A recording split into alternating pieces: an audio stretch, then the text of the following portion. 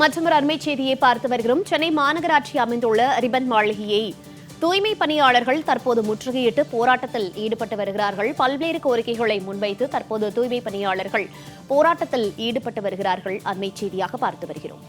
சென்னை மாநகராட்சி மண்டலம் 5, 6 தூய்மை பணியினை தனியார் மயமாக்கப்படுவதை எதிர்த்து தற்போது இந்த போராட்டமானது நடைபெற்று வருகிறது.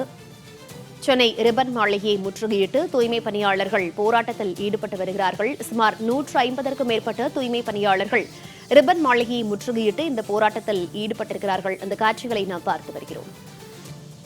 விவரங்களோடு செய்தியாளர் சந்தோஷ் இணைப்பில் இருக்கிறார். சந்தோஷ், வணக்கம். தற்போது சென்னை ரிப்பன் மாளிகையை முற்றுகையிட்டு தூய்மை பணியாளர்கள் போராட்டத்தில் ஈடுபட்டிருக்காங்க.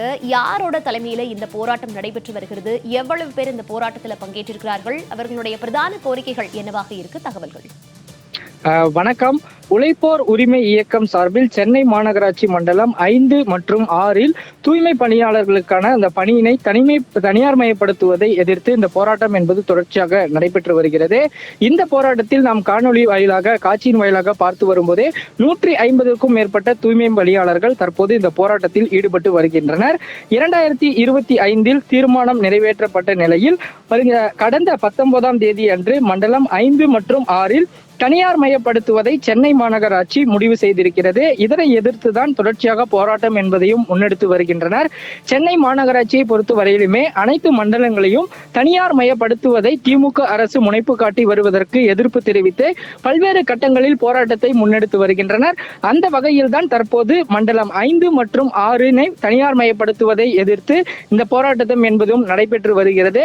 தொடர்ச்சியாக இதற்கு முன்பாகவே 7, 8 ஆகிய மண்டலங்களில் தனியார் மயப்படுத்தப்பட்டு அதற்கான வழக்கு என்பதும் பதிவு செய்யப்பட்டு உயர்நீதிமன்றத்தில் அதற்கான வழக்கு என்பதும் நிலுவையில் இருப்பதாகவும் வேதனை என்பதனை தெரிவித்திருக்கின்றனர்.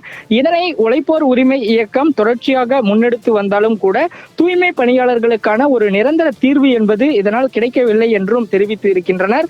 இந்த போராட்டத்தில் கலந்து கொள்வதை கைது செய்வதற்காகவும் 20க்கும் மேற்பட்ட காவல்துறையினர் தொடர்ச்சியாக பேருந்துகளும் தயார் நிலையில் இருந்து வருகிறது.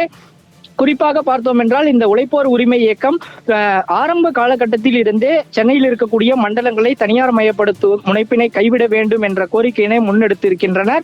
வலுவான கோரிக்கையை வைத்த போதிலும் கூட சென்னை மாநகராட்சியோ அல்லது விளம்பர திமுக அரசோ தொடர்ச்சியாக இதற்கான ஒரு தீர்வு என்பதனை எட்டப்படவில்லை என்பதே இவர்கள் வேதனையாக பார்க்கக்கூடிய ஒரு விஷயமாகவும் இருந்து வருகிறது. அந்த வகையில் தற்போது மண்டலம் 5 மற்றும் 6 தனியார் மயப்படுத்துவதை கைவிட வேண்டும். அதற்கு முன்பாக பணியில் நிரந்தரமாக வேலை செய்யக்கூடிய பணியாளர்களுக்கு பணி நிரந்தரம் செய்ய வேண்டும் உள்ளிட்ட கோரிக்கைகளை வைத்துதான் தற்போதைய போராட்டம் என்பதும் நடைபெற்று வருவதும் குறிப்பிடத்தக்கது. தகவல்களுக்கு நன்றி சந்தோஷ்.